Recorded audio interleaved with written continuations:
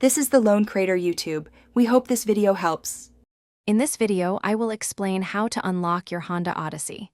The easiest way is using your remote key fob. Simply press the unlock button once to open just the driver's door. If you need to open all the doors, press the unlock button twice. This method is quick and efficient, allowing you to get into your vehicle in just a few seconds.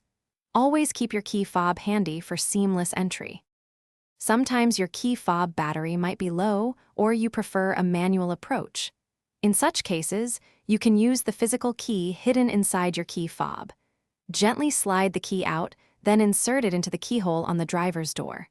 Turn the key clockwise to unlock the door. This ensures you can always access your Odyssey, even without remote power. If you ever find yourself inside a locked Honda Odyssey and need to get out, there are a few simple ways to unlock it.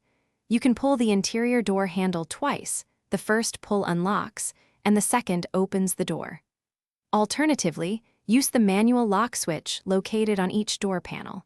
There's also a central unlock button on the dashboard for all doors.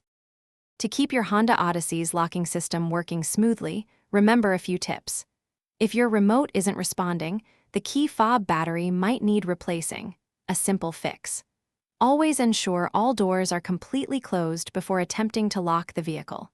If you encounter persistent issues, like a door not locking properly, it's best to consult a certified Honda technician for assistance. Thanks for watching. Consider subscribing if we helped you.